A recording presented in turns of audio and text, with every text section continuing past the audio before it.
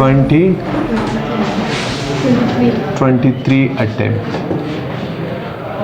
ठीक है जी। हमारा जो इस पेपर का नाम है वो है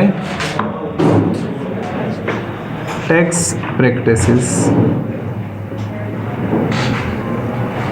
नाम क्या है इस पेपर का? टैक्स प्रैक्टिसेस, ठीक है। 100 मार्क्स का पेपर है, ठीक है। और 100 मार्क्स कहाँ कहाँ से टेस्ट होते हैं? 1 मिनट पन्ना।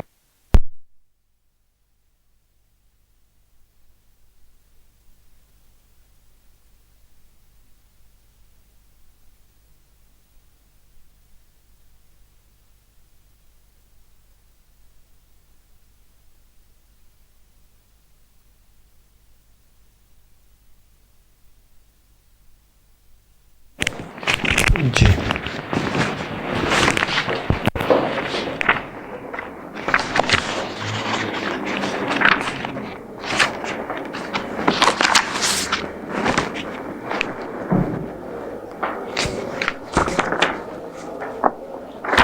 ये देंगे।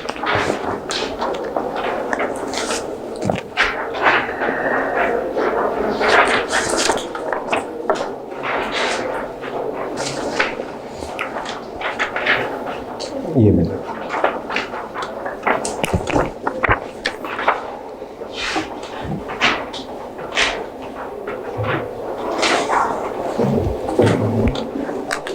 जी, ये कितने मार्क्स का पेपर है? 100 मार्क्स।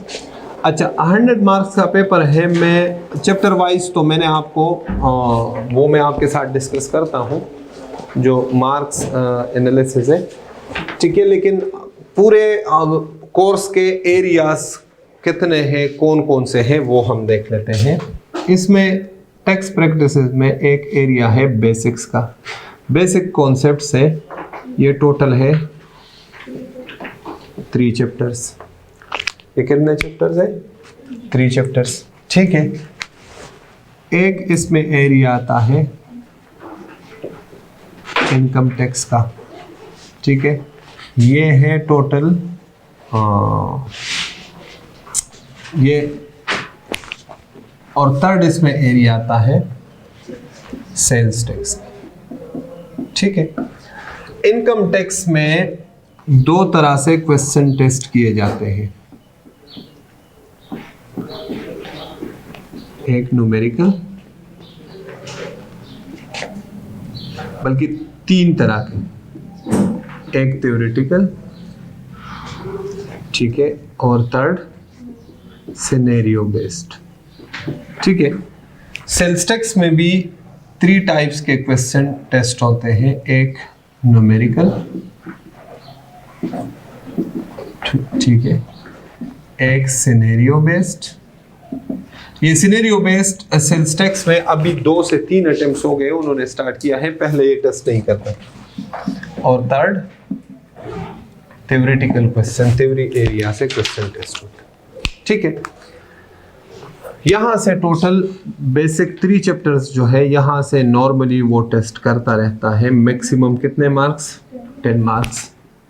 यहां से 60 मार्क्स और यहां से 30 मार्क्स।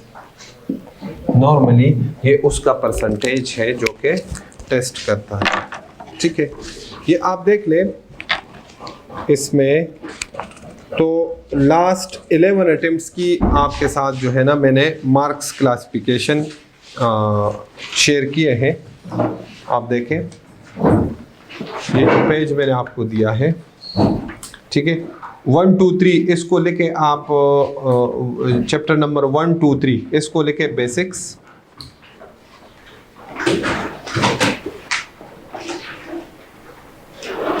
जो चैप्टर नंबर 1 2 3 है, पहले 1 2 3 चैप्टर्स आपको नहीं मिला?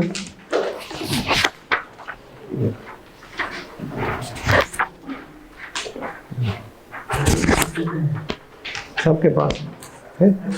ठीक, बस ठीक है, नहीं है, इधर है, ये मुझे बाद में। आपके पास है बच्चे? जी 1 2 3 ये कौन सा है? हमारा वो वाला एरिया है बेसिक्स का, जो मैंने 3 चैप्टर्स बता दिए। ठीक है, आप देखें चैप्टर नंबर 4 से definitions, chapter number 4 to chapter number 15, 4 to 15, वो जो सीरियल नंबर लिखा हुआ है, chapter number 4 to 15 assessment, appeals and returns, ये है हमारा इनकम टैक्स। ये कौन सा टैक्स है? Income tax. और चैप्टर 17 जो है ना, 16 और 17, ये दो जो हमारे चैप्टर्स है, ये कौन से हैं? Sales tax. समझ में आ रही बात? हाँ, ये आपका इस पेज के ऊपर, और ये मेरी बुक की चैप्टर वाइज नेम और क्लासिफिकेशन है, ICAP की बुक की नहीं है। ठीक है, ये मेरी अपनी बुक की है, सही है ना जी। तो अब आप देख ले कि अभी जो रीसेंट अटेम्प्ट हुआ है, अभी जो पिछले हफ्ते पेपर हुए हैं, उसमें स्प्रिंग 2023, आप देखें पहले 3 चैप्टर्स में से कितने मार्क्स पूछे उसने? 6 मार्क्स। मैंने कितने बताए? 10। ठीक है, आप फिर देखें इसमें से कितने टेस्ट हुए? 7 प्लस, आप कैलकुलेटर निकालें, इनकम टैक्स में से 7 प्लस 39 तो 46 हो गए, 49 और जमा प्लस 17 तो ये हो गए 66 मार्क्स। इनकम टैक्स में इस अटेम्प्ट में कितने मार्क्स टेस्ट हुए? 66। और सेल्स टैक्स में आप देखें 19 प्लस 5 24 प्लस 4 28। समझ में आ रही बात? ये अभी रीसेंट अटेम्प्ट। ठीक है, यहां से कितने टेस्ट हुए? 66, यहां से 28 और वहां से 6। अब देखें, अब इसमें आ जाए, फिर आप जो है ना बाकी अटेम्प्ट्स आप खुद देख लें, मैं आपको पहला ये रीसेंट अटेम्प्ट समझाता हूं। अब इसमें आ जाए, इसमें कितने टाइप्स के क्वेश्चन टेस्ट होते हैं? 3। अब न्यूमेरिकल्स देखे 11, चैप्टर नंबर 11, सिर्फ ये 66 में से 39 मार्क्स के क्या टेस्ट हुए? न्यूमेरिकल। तो 66 में से 39 लेस करें, कितना बचता?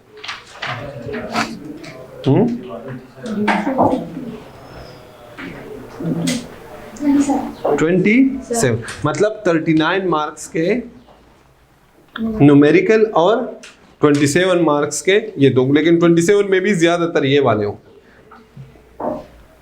Scenario based. ठीक है, ये प्रैक्टिकल पेपर है, याद रखिएगा। ये तो 100% कॉन्सेप्चुअल पेपर है, इसमें तो कोई वो गुजारा नहीं करता, और ये आपका कोर पेपर है। आपने टैक्स यहाँ भी पढ़ना है, CFAP में भी पढ़ना है, और फिर टैक्स जो है ना हमारा प्रैक्टिकल लाइफ में भी बड़ा इम्प्लीमेंट होता है, हमारा प्रैक्टिकल सब्जेक्ट है। कुछ लोग कहते हैं इसको ये न्यूमेरिकल सब्जेक्ट है, कुछ कहते हैं नहीं न्यूमेरिकल और थ्योरेटिकल दोनों है। न ये न्यूमेरिकल है न थ्योरेटिकल, ये प्रैक्टिकल सब्जेक्ट है। ये कौन सा सब्जेक्ट है? प्रैक्टिकल।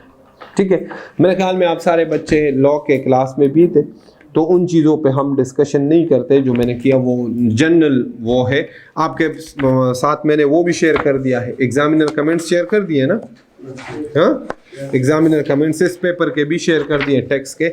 आप देखें लास्ट 6 अटेम्प्ट्स, तो स्प्रिंग 2020 सबसे आखिरी अटेम्प्ट में देखें 39% बच्चे पास हुए। ये लो,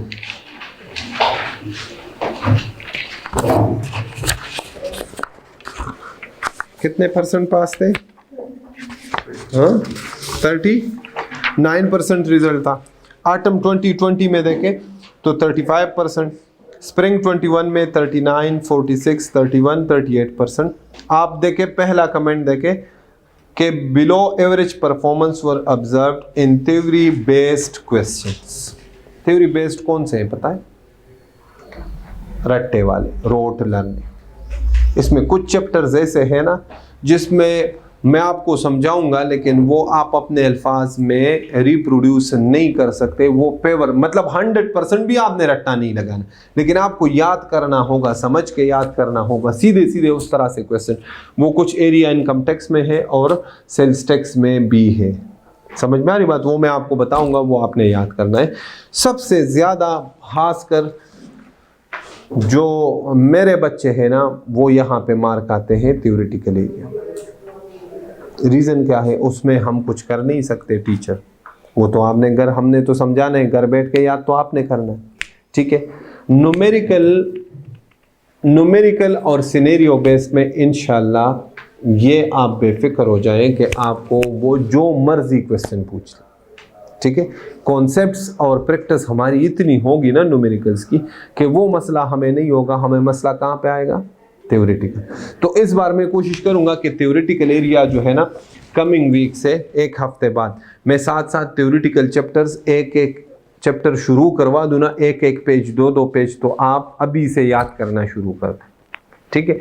बच्चे, ये भी बच्चों का कि सर आप थ्योरी सारा एक आखिर में पढ़ा लेते हैं, ठीक है, तो फिर जो है ना हमें मसला होता है, हम सारा बर्डन एक ही टाइम पे आ जाता है।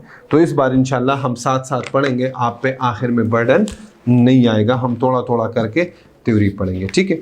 अब हम जो अपना स्टार्ट करेंगे एरिया, कहाँ से स्टार्ट करेंगे, इनकम टैक्स से। कहाँ से, इनकम टैक्स, जो हमारा सिलेबस के पॉइंट ऑफ व्यू से भी लेंथी पेपर है, ठीक है, और मार्क्स के पॉइंट ऑफ व्यू से भी ये हमारा मेजर पोर्शन है जो यहाँ से हमारा पेपर टेस्ट होता है, ठीक है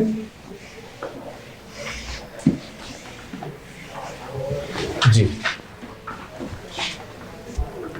इनकम टैक्स, टैक्स क्या होता है, कोई बता सकता है?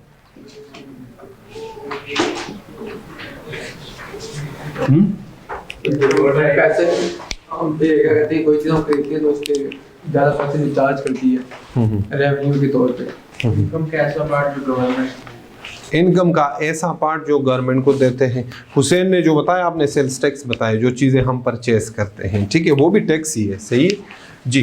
टैक्स क्या होता है, आसान, हमने पूरे सिलेबस में टैक्स ही पढ़ना है, लेकिन आसान अल्फाज में टैक्स कैसे कहते हैं कि हम अपने इनकम में जो गवर्नमेंट को शेयर देते हैं उसको क्या कहते हैं, टैक्स कहते हैं। हम अपने अपने इनकम में गवर्नमेंट को जो शेयर देते हैं उसको क्या कहते हैं, टैक्स कहते हैं। साथ देखो बेटा, साथ, अगर नहीं तो बुलाए उसको जी, ठीक हो गया। अब इनकम टैक्स क्या है, इनकम टैक्स क्या है, इनकम के ऊपर, इनकम कैसे कहते हैं, अर्निंग्स के ऊपर। इनकम टैक्स हम जिस लॉ के मुताबिक पढ़ेंगे ना, मैं आता हूं भाई, इनकम टैक्स जिस लॉ के मुताबिक हम पढ़ते हैं ना, उस लॉ का नाम है इनकम टैक्स ऑर्डिनेंस 2001। उस लॉ का नाम क्या है, इनकम टैक्स ऑर्डिनेंस 2001। हम जिस लॉ के तहत टैक्स पढ़ते हैं उस लॉ का नाम क्या है, इनकम टैक्स ऑर्डिनेंस 2001।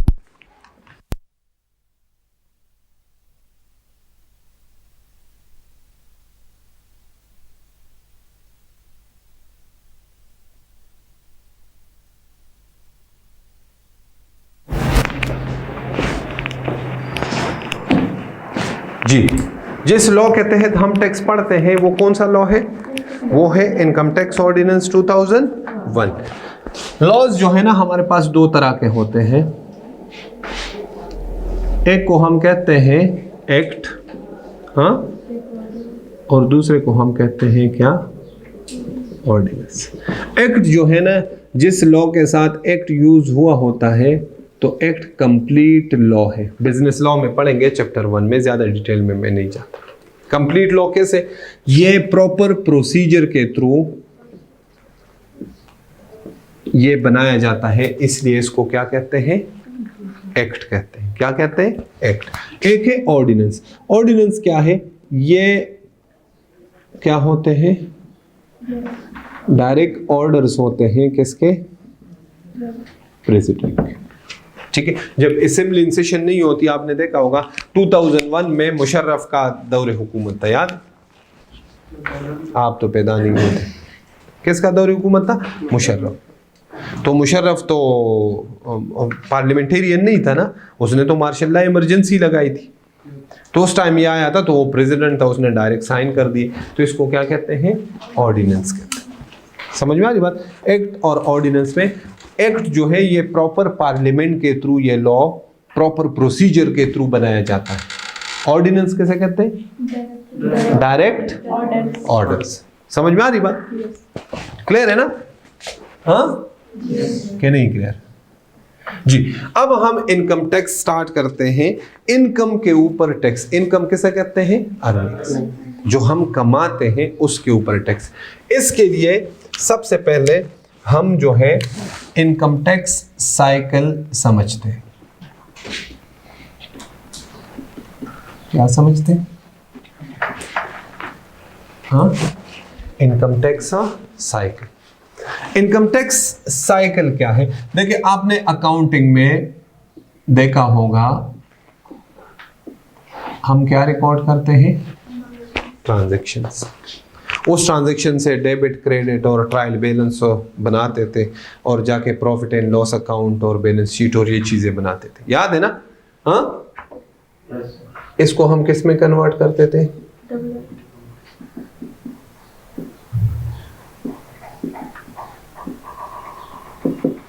किस में कन्वर्ट करते थे? Profit and loss account. हाँ, प्रॉफिट एंड लॉस अकाउंट ये किसके मुताबिक होता था भाई? किसके मुताबिक होता था? IFRS, international financial reporting standards के मुताबिक।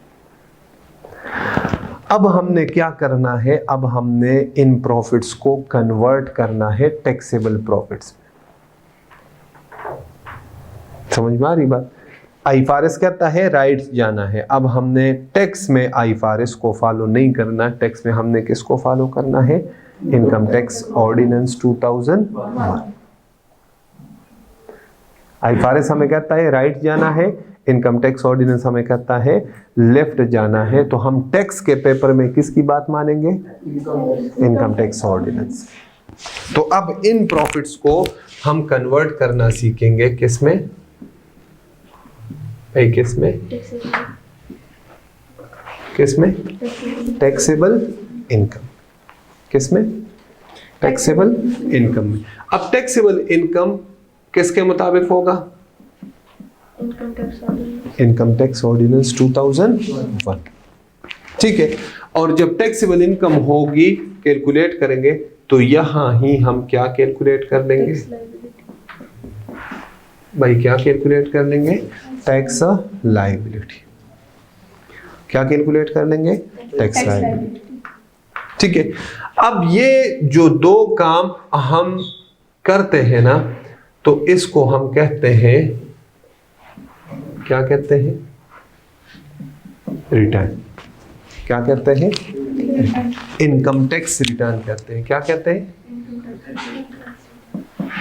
नाम सुना है ना?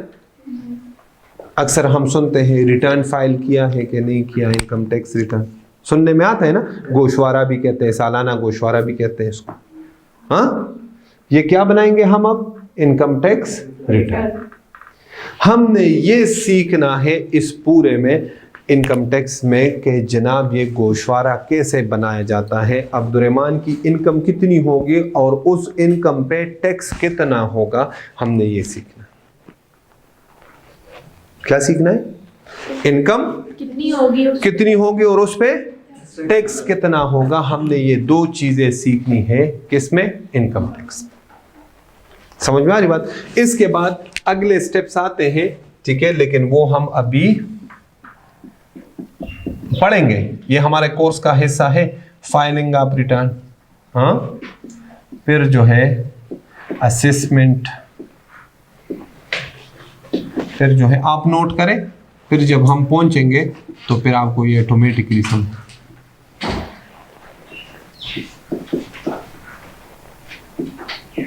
लेकिन अभी हम क्या करेंगे? हमारा मेन फोकस किस पे है? Preparation of income tax return.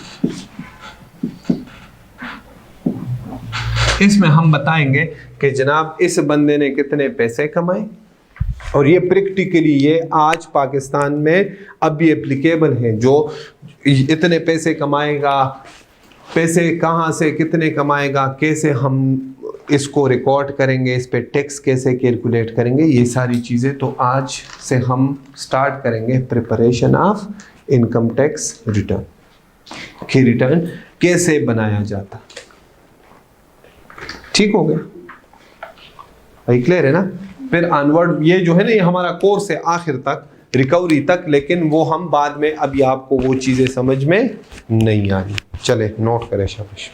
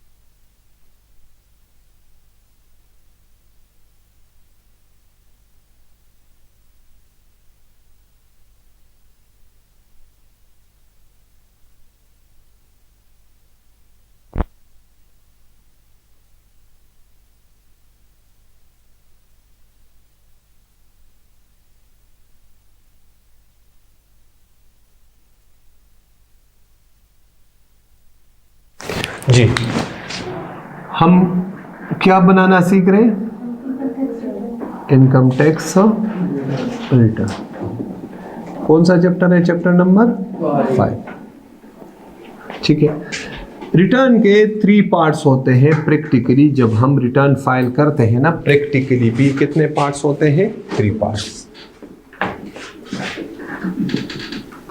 एक होता है पार्ट ए, दूसरा होता है पार्ट बी, और थर्ड होता है पार्ट सी। कितने पार्ट्स होते हैं प्रैक्टिकली? कितने पार्ट्स है? 3 पार्ट्स।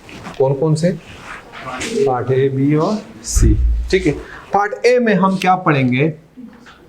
पार्ट ए में हम पढ़ेंगे प्रोफाइल या फिर रजिस्ट्रेशन। ठीक हो गया। पार्ट बी में हम पढ़ेंगे कंप्यूटेशन ऑफ टोटल इनटैक्सेबल इनकम, और पार्ट सी में हम पढ़ेंगे कंप्यूटेशन ऑफ टैक्स लायबिलिटी। ठीक है। अच्छा, ये रिटर्न हम, इनकम टैक्स रिटर्न हम किसका बनाते हैं भाई? किसका बनाते? टैक्स पेयर का।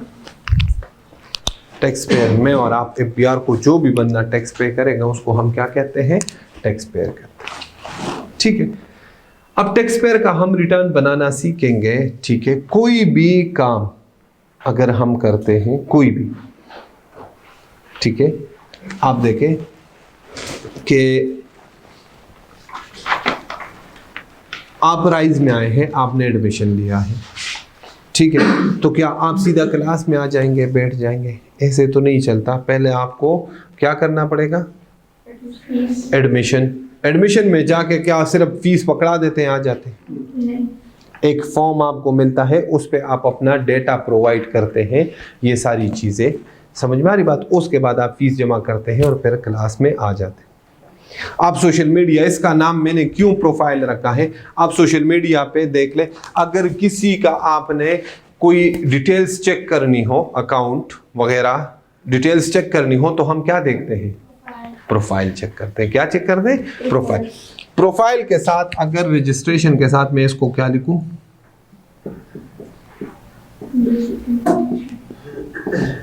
ठीक है। हम जो रिटर्न फाइल करते हैं ना, हम किसको फाइल करते हैं, according to income tax ordinance file करते हैं, और किसको फाइल करते हैं, FBR, federal board of revenue. जैसे हम FBR का पोर्टल ओपन करते हैं तो हमें डिटेल्स आ जाती हैं कि ये डिटेल्स प्रोवाइड करो। सबसे पहले जो फर्स्ट टाइम आप जब रिटर्न फाइल करोगे ना, ये रजिस्ट्रेशन वाला हर साल नहीं करना पड़ता, ये आपने सिर्फ कब करना पड़ता है, फर्स्ट टाइम। तो अब्दुर्रहमान, मैंने जिंदगी में पहले साल पैसे कमाए और मैंने जाके गवर्नमेंट को टैक्स पे करना है, तो मैं टैक्सेबल इनकम ये नहीं कह सकता कि जनाब इस साल मैंने 20 लाख रुपए कमाए और 20 लाख रुपए पे ये 50,000 रुपए टैक्स है, ये पकड़ लें।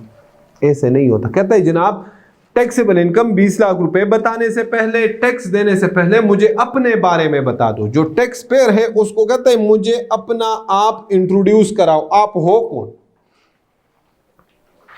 तो आप हो कौन का मतलब ये नहीं है कि मेरा नाम ये है, मेरे बाप का नाम ये है, मैं यहां से हूं। वो जो डिटेल्स हमसे FBR ने रिक्वायर की है, हमने वो प्रोवाइड करनी है। आप देखें, आप राइस का फॉर्म उठा के देख ले, उसमें लिखा होगा नेम, फादर नेम, जो इंफॉर्मेशन आपसे रिक्वायर्ड है आप सिर्फ वो फिल करते हैं ना। जो नहीं रिक्वायर्ड वो कभी आपने साइट पे लिखी है कि ये भी है, कि मेरे दादाजी का नाम ये है। जब रिक्वायर ही नहीं, तो FBR का पोर्टल जब हम ओपन करते हैं तो उधर हम देख लेते हैं कि जनाब टैक्स पेयर के बारे में कौन कौन सी इंफॉर्मेशन हमसे रिक्वायर की है।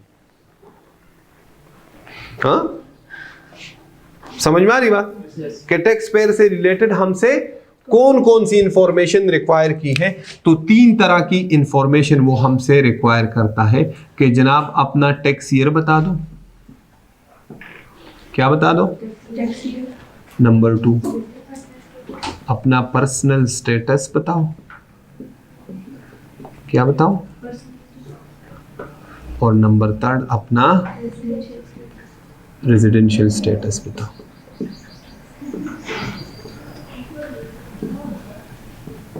ठीक है, ये 3 तरह की इंफॉर्मेशन टैक्स पेयर से रिक्वायर करता है कि जनाब पहले क्या बताओ अपने बारे में, अपना क्या बताओ, टैक्स ईयर बताओ। क्या बताओ, टैक्स ईयर। दूसरा क्या बताओ, पर्सनल स्टेटस, और 3 क्या बताएं, रेजिडेंशियल स्टेटस। ठीक है, तो प्रोफाइल पार्ट में टैक्सेबल इनकम और टैक्स लायबिलिटी से पहले हमने ये 3 टाइप्स की इंफॉर्मेशन FBR को प्रोवाइड करनी होती है। तो हम शुरू कर लेते हैं पहला इंफॉर्मेशन किससे, टैक्स ईयर से। ये कर दूं रे, हाँ यस सर, करें, नोट करें।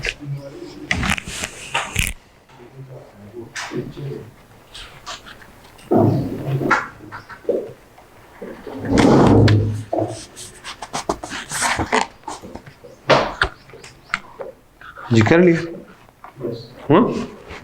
ठीक है ना जी। तो पहला हम शुरू करते हैं किससे भाई, किससे, टैक्स ईयर से।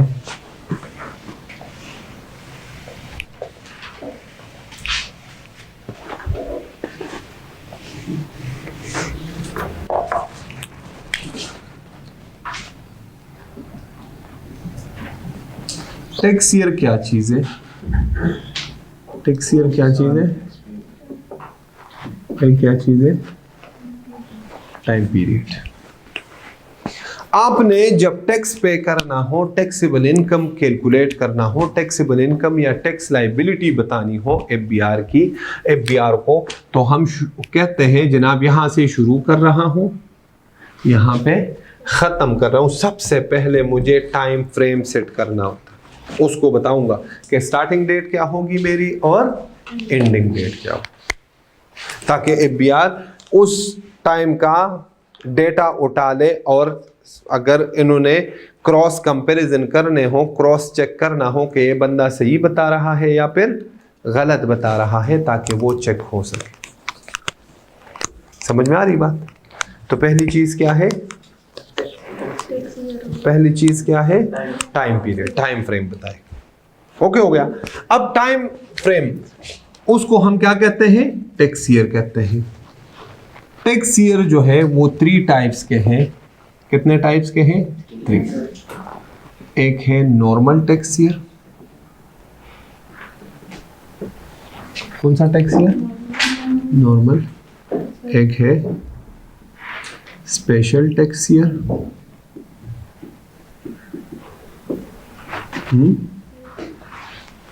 और नंबर 3 है ट्रांजिशनल टैक्स ईयर। कितने हैं? Normal tax year, special tax year और ट्रांजिशनल टैक्स ईयर। इन तीनों में से कोई एक हमें बताना होगा कि जनाब मेरा टैक्स ईयर ये है। टैक्स पेयर को बताना होगा इन तीनों में से कि मेरा टैक्स ईयर नॉर्मल है, स्पेशल है या फिर ट्रांजिशनल। नॉर्मल टैक्स ईयर क्या है? नॉर्मल टैक्स ईयर हम चलो कब बताते हैं ये छोड़ दे। नॉर्मल टैक्स ईयर होता क्या है ये बाद में मैं उस पर आता हूं। नॉर्मल टैक्स ईयर हमेशा होगा 12 मंथ्स का, याद रखिए। कितने मंथ्स का होगा? 12 मंथ्स का। और इसकी स्टार्टिंग डेट होगी हमेशा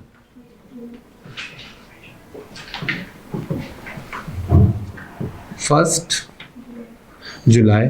जब 1 जुलाई स्टार्टिंग डेट होगी और 12 मंथ्स का हो तो एंडिंग डेट भी हमेशा क्या होगी?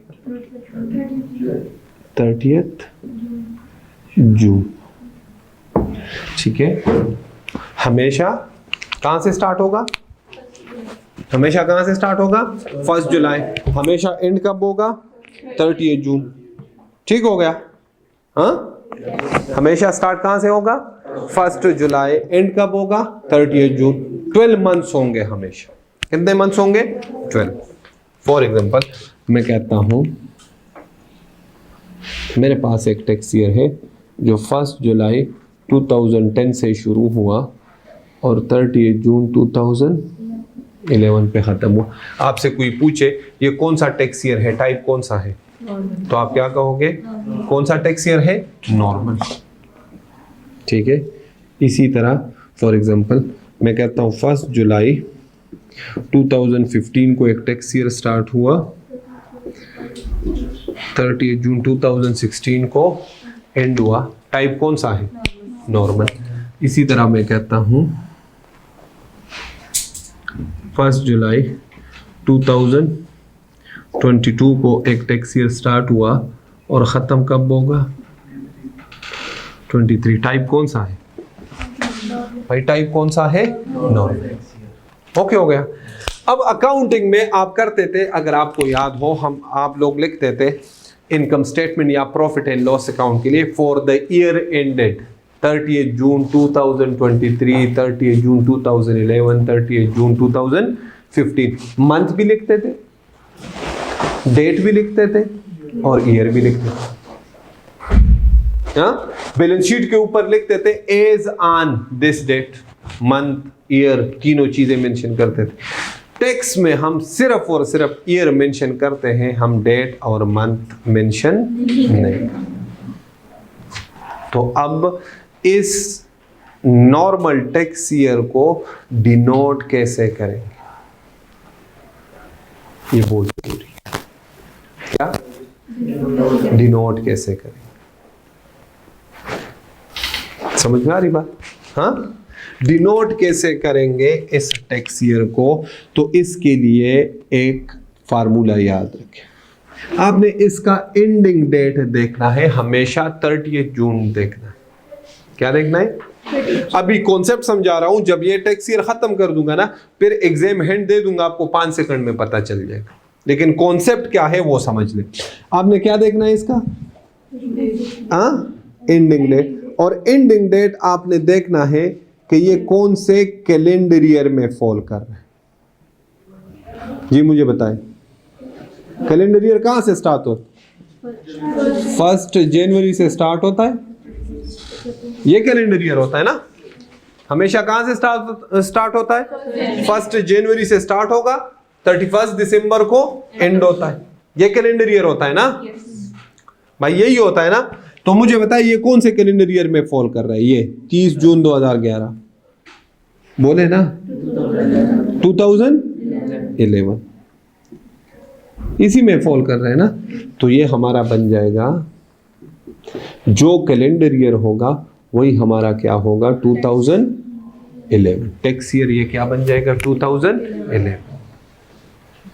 ओके, ये देखिए कौन से कैलेंडर ईयर में फॉल कर रहा है? तो ये टैक्स ईयर कहलाएगा नॉर्मल टैक्स ईयर 2016 जी, ये 23। तो ये हमारा होगा tax year, normal tax year, और डिनोट किससे करेंगे? 2023 से जी, नोट करेक्शन।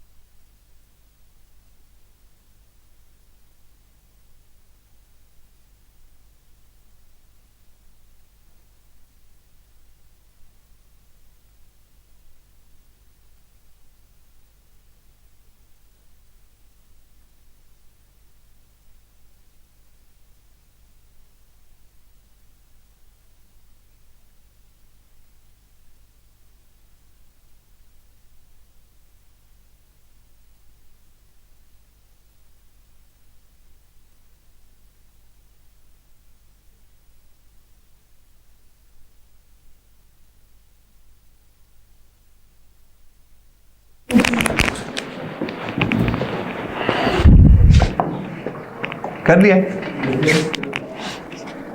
जी। दूसरा क्या है? Special tax year. Special tax year जो है ना, ये भी हमेशा कितने मंथ्स का होगा? 12 मंथ्स का। लेकिन ये कौन से 12 मंथ्स होंगे? Other than normal tax year. Other than normal tax year कोई भी 12 मंथ्स वो क्या कहलाएंगे? Special tax year. Normal tax year क्या है? 1 जुलाई से स्टार्ट होगा, हमेशा एंड कब होगा? 30 जून से। कोई भी ऐसा टैक्स ईयर 12 महीनों का जो स्टार्ट 1 जुलाई से ना हो और एंड 30 जून को ना हो, तो उनको कौन सा टैक्स ईयर कहेंगे? Special tax year. मेरी बात समझ में आ रही है? हाँ, कौन सा? 1 जुलाई से स्टार्ट ना हो, 30 जून को एंड ना हो। फॉर एग्जाम्पल ये जो अभी मैंने आपको बताया कैलेंडर ईयर, फॉर एग्जाम्पल एक टैक्स ईयर है और आपको कहता है 1 जनवरी 2020 से स्टार्ट हुआ, 31 दिसंबर 2000, बताएं क्या नॉर्मल टैक्स ईयर है? नहीं। कौन सा है? स्पेशल। ठीक है। इसी तरह कोई टैक्स ईयर 1 सितंबर 2017 को स्टार्ट हुआ, 31 अगस्त 2018 को एंड हुआ, 12 महीने है। कौन सा टैक्स ईयर? स्पेशल। ठीक है। इसी तरह कोई टैक्स ईयर 1 मार्च 2012 से स्टार्ट हुआ, 28 फरवरी 2013 को एंड हुआ, 12 महीने है। हाँ, क्या नॉर्मल है? नॉर्मल नहीं है, तो कौन सा होगा? स्पेशल। अदर देन नॉर्मल जितने भी 12 महीनों का टाइम पीरियड होगा उनको हम कौन सा टैक्स ईयर कहेंगे? Special tax year. कौन सा टैक्स ईयर कहेंगे? स्पेशल। कोई भी टैक्स ईयर जो 12 महीनों का हो लेकिन नॉर्मल ना हो, तो कौन सा टैक्स ईयर कहलाएगा? Special tax year. ओके, हो गया। अब स्पेशल टैक्स ईयर क्या चीज है? स्पेशल टैक्स ईयर क्या है? ठीक है, ये तो हो गया स्पेशल टैक्स ईयर। अब स्पेशल टैक्स ईयर डिनोट कैसे करेंगे, इसकी क्या देखनी है, एंडिंग डेट। और एंडिंग डेट देखनी है किस में फॉल करे, कैलेंडर में नहीं, किस में, नॉर्मल टैक्स ईयर। समझ में आ रही बात? नॉर्मल टैक्स ईयर कहां से स्टार्ट होता है, एंड कब होता है, ऐसे होता है ना, अभी यहां पढ़ा ना। नॉर्मल टैक्स ईयर कहां से स्टार्ट होगा, 1 जुलाई से, एंड कब होगा। स्पेशल टैक्स ईयर का एंडिंग डेट देखना है किस में, कौन से नॉर्मल टैक्स ईयर में फॉल करे। तो मुझे बताइए आप 1 जुलाई क्या लिखूं और यहां 30 जून क्या लिखूं, ईयर जिसमें ये आ जाए, ये डेट आ जाए। 2000 स्टार्ट कहां से करूं, 20 के 19 20। देखिए ना, 1 जुलाई 20 से स्टार्ट होगा 21 पे, तो 31/12/2020 इधर कहीं फॉल कर रहा होगा ना, दरमियान। हाँ भाई कर रहा होगा ना। तो ये कौन सा टैक्स ईयर है, ये नॉर्मल टैक्स ईयर कौन सा है भाई, बोले ये नॉर्मल टैक्स ईयर कौन सा है, कैलेंडर ईयर 2021। जो नॉर्मल टैक्स ईयर होगा वही special tax year.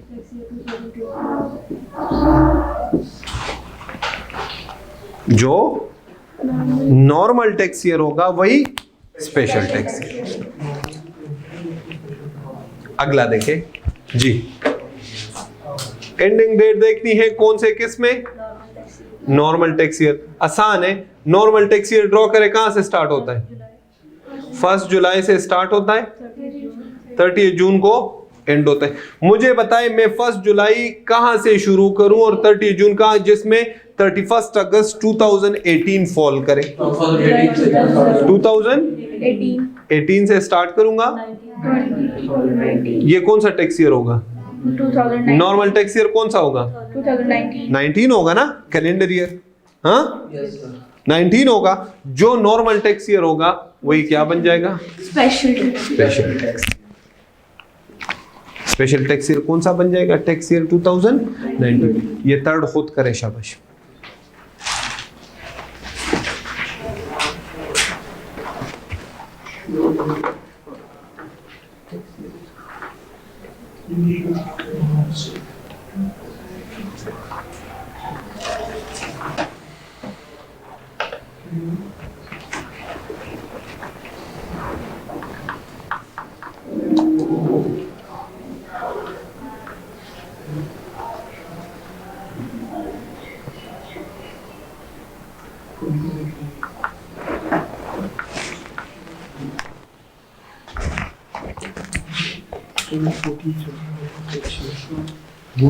Next year.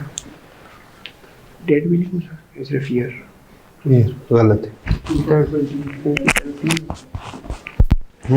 2013. Normal tax year draw करो ना, कहाँ से स्टार्ट होता है, कौन सा है हुसैन, आपने कौन सा किया, 2013.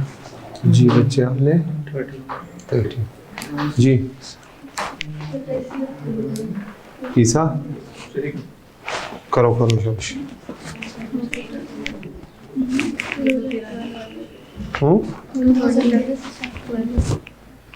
12 13